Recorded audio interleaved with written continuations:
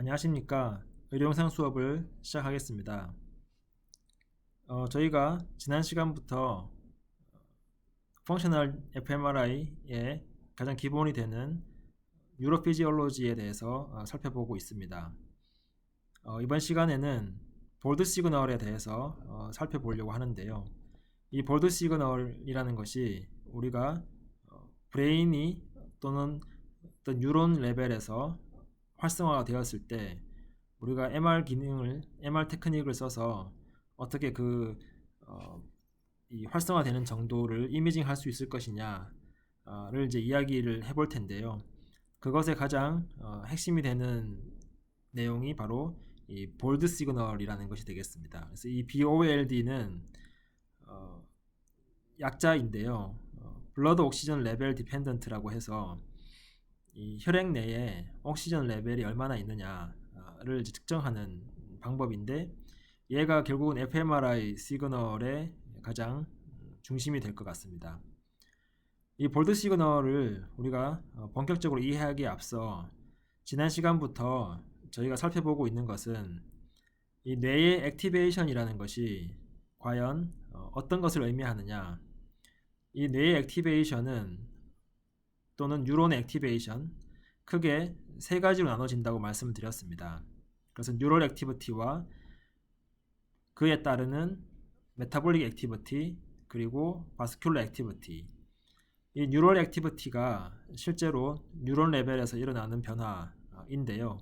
이 fMRI 테크닉으로는 이 뉴럴 액티비티를 직접 측정할 수가 없고, 이 뉴럴 액티비티로 인해서 일어나는 또는 그와 연관해서 발생하는 메타볼릭 액티비티와 바스큘러 액티비티를 측정하는 것이다 라고 말씀드렸습니다.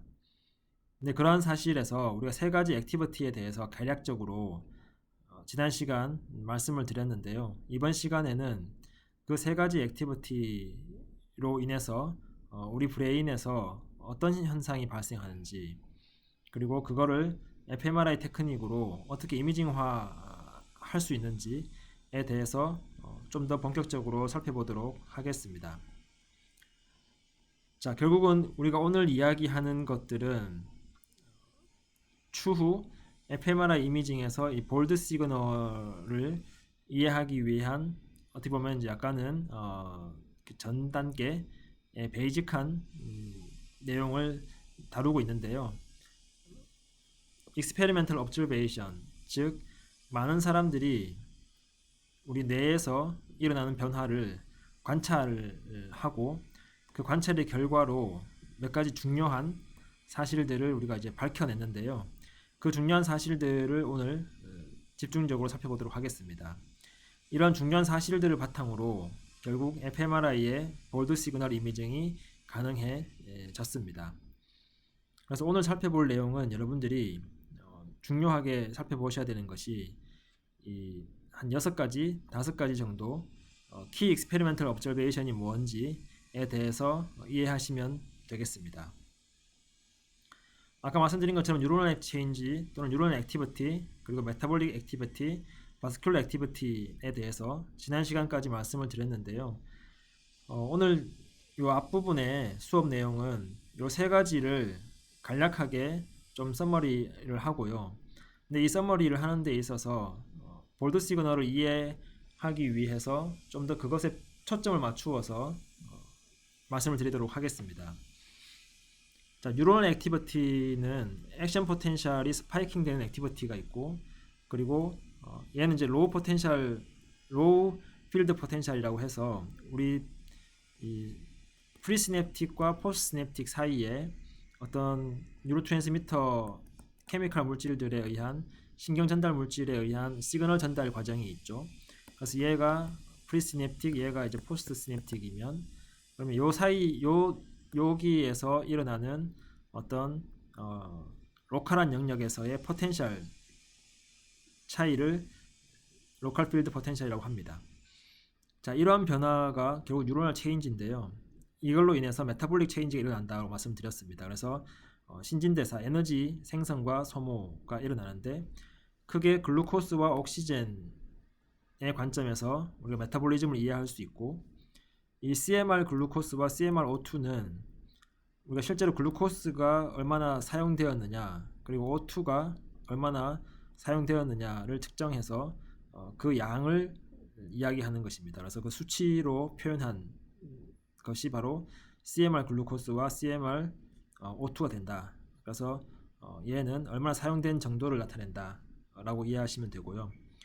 바스큘러 액티비티는 블러드 플로우와 블러드 볼륨 그리고 민 트랜짓 타임 세 가지 관점에서 우리가 이야기를 해보겠습니다. 자, 이 슬라이드가 어떻게 보면 세 가지 액티비티를 좀 잘 설명해 주고 있는데요. 이 세 가지 액티비티를 다시 한번 여러분들이 이미 잘 이해를 하고 계실 텐데 다시 한번 설명을 드려보도록 하겠습니다. 그런데 여기에서 지난 시간의 설명까지와 차이가 나는 점은 우리가 뉴럴 액티비티를 여기 보시는 것처럼 외부에서 어떤 전기적인 자극을 통해서 이 뉴럴 액티비티를 액티베이션, 즉 활성화를 시켜줬다. 그렇게 활성화를 시켜줬을 때 어떤 변화가 일어나는지를 살펴봤다. 이 점이 이제 지난 시간과는 차이가 나는 것이라고 할 수 있겠습니다. 자, 뉴런al 체인지는 뉴런의 레벨에서 자극을 줬을 때 활성화가 되었을 때 그 활성화가 되면서 액션 포텐셜이 만들어지고 그 액션 포텐셜이 엑손의 터미널로 전달되고 다시 프리시냅틱 에어리아에서 포스시냅틱 에어리아로 시그널이 바뀌면서 걔네들이 어떤 과정을 거치는지 그게 이제 뉴럴 액티비티였습니다. 그걸로 인해서 메타볼릭 액티비티도 발생하는데 왜냐하면 뉴럴 액티비티가 생기면서 이 포텐셜의 디퍼런스, 즉 멤브레인을 기준으로 외부와 내부 사이에 존재하던 그 그레디언트가 깨져서 디폴라라이즈 됐기 때문에 걔를 복원하는 데는 메타볼릭 에너지, 즉 생성이 필요하고 그 에너지 생성을 위해서는 결국 글루코스와 O2가 필요하다. 자, 그게 이제 글루코스와 O2가 들어가서 에너지가 나오는 그런 과정이 바로 메타볼릭 액티비티였습니다.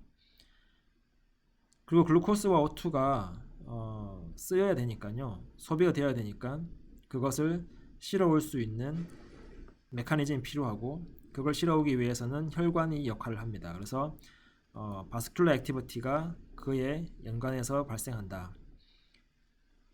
글루코스와 O2를 필요한 곳에서 사용될 수 있게끔 실어오기 위해서는 결국 블러드 플로우가 증가해서 평소에 필요한 것보다 더 많이 실어와서 전달해 줘야 되는데 그 과정에서 블러드 플로우의 증가 그리고 블러드 볼륨도 증가하고 그리고 그 마찬가지로 그 위치에서 O2와 글루코스의 컨섬션이 증가한다. 이런 과정이 이제 바스큘러 체인지였습니다. 그래서 이 세 가지의 어떤 액티비티는 결국 서로가 서로에게 영향을 주고 영향을 주고받고 하면서 나타납니다. 근데 이제 여기서 한 가지 중요한 것은 이 세 가지 액티비티가 서로 관련이 있지만 이 세 가지 액티비티는 스페이셜 또는 템포럴 측면에서 다른 특성을 띠고 있기 때문에 그 특성의 차이로 인해서 우리가 어떤 중요한 지점, 중요한 발견을 하게 되고요. 그런 중요한 발견에서부터 결국 볼드 시그널이라는 것을 우리가 이미징화할 수 있다라는 것입니다. 그래서 이 세 가지 액티비티가 서로 다른 스페이셜 템포럴한 다이나믹스를 가지는데요. 그래서 공간적으로나 시간적으로 서로가 서로에게 영향을 미치고 주고받지만 약간씩 차이가 발생하게 되는데 그런 차이 또는 미스매치에서 우리가 어떤 틈이 생기고 그거를 우리가 볼드 시그널로 이미징하는 것이다 라고 이해를 하시면 되겠습니다. 자, 말씀드린 것처럼 뉴런al 액티비티는 fMRI 관점에서는 근데 뉴런 하나하나를 보는 게 아니고 한 가지 여러분들이 여기서 유념하셔야 되는 게 뉴런의 덩어리, 뭐 예를 들면 수백 개, 수천 개 그런 뉴런의 덩어리 레벨에서 우리가 펑셔널 액티베이션을 살펴보는 것입니다. 브레인의 기능을 이미징하는 측면에서 보면 스케일이 서로 다를 수 있는데요. MR 테크닉은 마크로 스케일, 즉 굉장히 큰 덩어리 레벨에서 브레인의 기능을 살펴보는 것이고요. 마이크로 스케일, 즉 뉴런 하나하나의 어떤 기능을 살펴보는 것은 현미경 레벨에서 보는 것이죠. 그래서 MR이 아닌 현미경 레벨에서는 뉴런 하나하나를 볼 수 있지만 MR 기술로는 어떤 공간적인 레졸루션의 문제로 인해서 뉴로널 레벨이 아닌 그 뉴론의 덩어리, 즉 브레인 입장에서 봤을 때는 어떤 영역들의 레벨에서 뇌의 기능적 변화를 살펴본다. 이 사실을 여러분들 일단은 먼저 기억을 하시고요. 전극을 꽂아서 액티베이션을 시키면 이 주위에 있는 뉴런들이 다 동시에 액티베이션이 되고 그 변화를 우리가 측정하는 것인데요. 액션 포텐셜이 파이어 되어서 액선을 따라서 전기적 신호가 내려가는 과정, 그걸 우리가 흔히 스파이크라고 이야기하고요. 그리고 그 과정에서 폴라라이즈 되어 있던 이 덴드라이트나 폴라라이즈 되어 있던 액선의 터미널 부분이 디폴라라이즈 되거나 하이퍼폴라라이즈 되는 그런 유의 변화를 겪게 되죠. 그런 변화는 결국 포텐셜의 변화인데요. 포텐셜이 그레디언트가 있다가 그게 깨지거나 다시 공고해지는 그런 과정이었습니다. 그래서 그런 류의 포텐셜 변화를 우리가 로컬 필드 포텐셜이라고 합니다. 액션 포텐셜은 액선을 따라서 전기적 신호가 내려가는 과정인데 굉장히 빨리 스파이크 형태로 나타나고, 이 로우 필드 포텐셜, 로컬 필드 포텐셜은 슬로우, 천천히 그 포텐셜의 변화가 일어난다.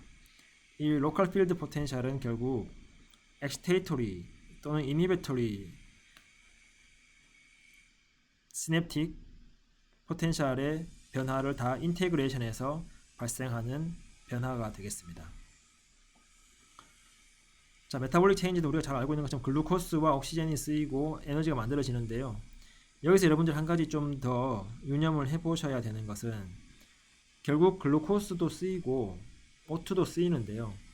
이 글루코스와 O2가 쓰이는 정도가 또는 소모되는 정도가 차이가 나게 되고, 그리고 거기에서 발생하는 에너지 생성도 약간씩 차이가 나게 되는데, 그런 차이가 결국 그냥 중요해진다. 나중에 그걸 좀 잘 유념해 두시고 뒷부분 슬라이드를 보시면 좋겠습니다. 바스큘러 체인지는 우리가 잘 알고 있는 것처럼 블러드 플로우가 증가하게 되고, 그 다음에 블러드 플로우 증가는 레디어스의 4승에 비례한다. 이걸 이제 기억해 두시기 바랍니다. 그래서 레디어스의 변화는 굉장히 작을 수 있으나 그로 인한 블러드 플로우의 증가는 굉장히 크다라는 것을 우리가 잘 살펴보았습니다. 자, 이 슬라이드가 결국 굉장히 중요한 슬라이드가 되겠습니다.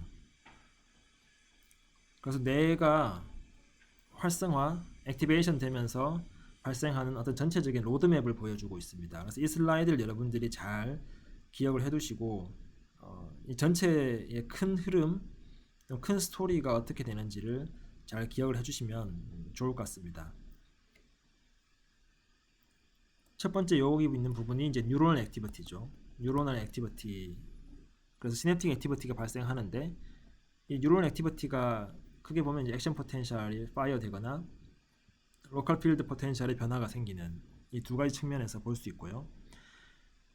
뉴로널 액티비티가 발생을 하게 되면 아까 말씀드린 것처럼 에너지 소모가 에너지가 이제 쓰여야 되는 거고요. 복구시키기 위해서 이 에너지 소모되는 과정에서 케미컬 에이전트들이 이제 분비가 되게 되고, NO나 포타슘이나 이런 것들이 분비가 되면서 에너지 메타볼릭, 즉 메타볼릭 액티비티와 바스큘러 액티비티가 발생합니다. 메타볼릭 액티비티라는 것은 이제 이 에너지가 만들어져야 되니까 추가적으로 쓰이려면 결국 글루코스와 옥시젠의 컨섬션, 즉 소비되는 정도가 증가한다. 이 화살표 위로 가 있는 게 증가한다는 뜻입니다. 그리고 그게 동반해서 바스큘러 체인지가 일어나는데, 이 글루코스와 옥시젠의 소모량이 증가하려면 걔네를 실어 와야 되니까 바스큘러 체인지가 일어난다. 우리가 잘 알고 있는 것처럼 블러드 플로우 증가하고 블러드 볼륨 증가하고 벨로시티 증가합니다. 자, 여기서 여러분들이 나중에 다시 나오겠지만 눈여겨보셔야 되는 것은 이 화살표의 크기입니다. 증가는 하는데 크게 증가하느냐 작게 증가하느냐, 물론 이제 상대적인 거죠. 즉 글루코스 증가량에 비해 옥시젠의 증가가 작다는 거고요. 블러드 플로우 증가량에 비해 블러드 볼륨의 증가량이 작다는 것입니다. 그래서 상대적으로 어떤 다른 증가량에 비해서 어떤 증가량이 작냐 크냐의 이야기를 하고 있는데요. 어쨌든 이 증가량의 크기가 서로 다르다라는 것을 일단 눈여겨보시고요. 그거에 자세한 설명을 이제 다음 이어지는 영상에서 계속 설명을 드리도록 하겠습니다. 자, 어쨌든 메타볼릭 액티비티가 발생을 하고 바스큘러 액티비티도 발생을 하면서 요 최종적으로 제일 밑에 보면 이제 옥시전 익스트랙션이 감소한다고 되어 있습니다. 자, 옥시전 익스트랙션이라는 것은 산소가 익스트랙션이니까 배출되는 거죠. 혈관에서 실려온 산소가 조직으로 배출되는 것을 말하는데, 그 익스트랙션이 증가하는 게 아니라 감소한다. 요게 이제 어떻게 보면 아까 제가 말씀드린 여러 가지 어떤 피지올로지컬한 체인지가 나타나는데, 그 변화를 관찰을 했을 때 어떤 틈이 발생하고, 그 틈이라는 건 이제 결국 미스매치 같은 거죠. 근데 그 틈을 우리가 잘 활용을 해서 시그널로 만든 것이 결국 볼드 시그널 또는 fMRI 시그널이 되겠습니다. 그래서 전체적으로 보면 이렇게 뉴럴 액티비티로부터 시작을 해서 메타볼릭 액티비티, 바스큘러 액티비티가 연쇄적으로 어떻게 보면 다운스트림 형태로 이어져서 발생하는, 근데 그네들이 서로 영향을 주고받는 형태가 되겠습니다. 좀 더 자세하게 이 로드맵에 대해서 살펴보는 것과 어떤 우리가 실험적으로 키 익스페리멘털 옵저베이션 관찰한 대표적인 중요한 사실들에 대해서 다음번 영상에서 좀 더 자세하게 말씀드리도록 하겠습니다.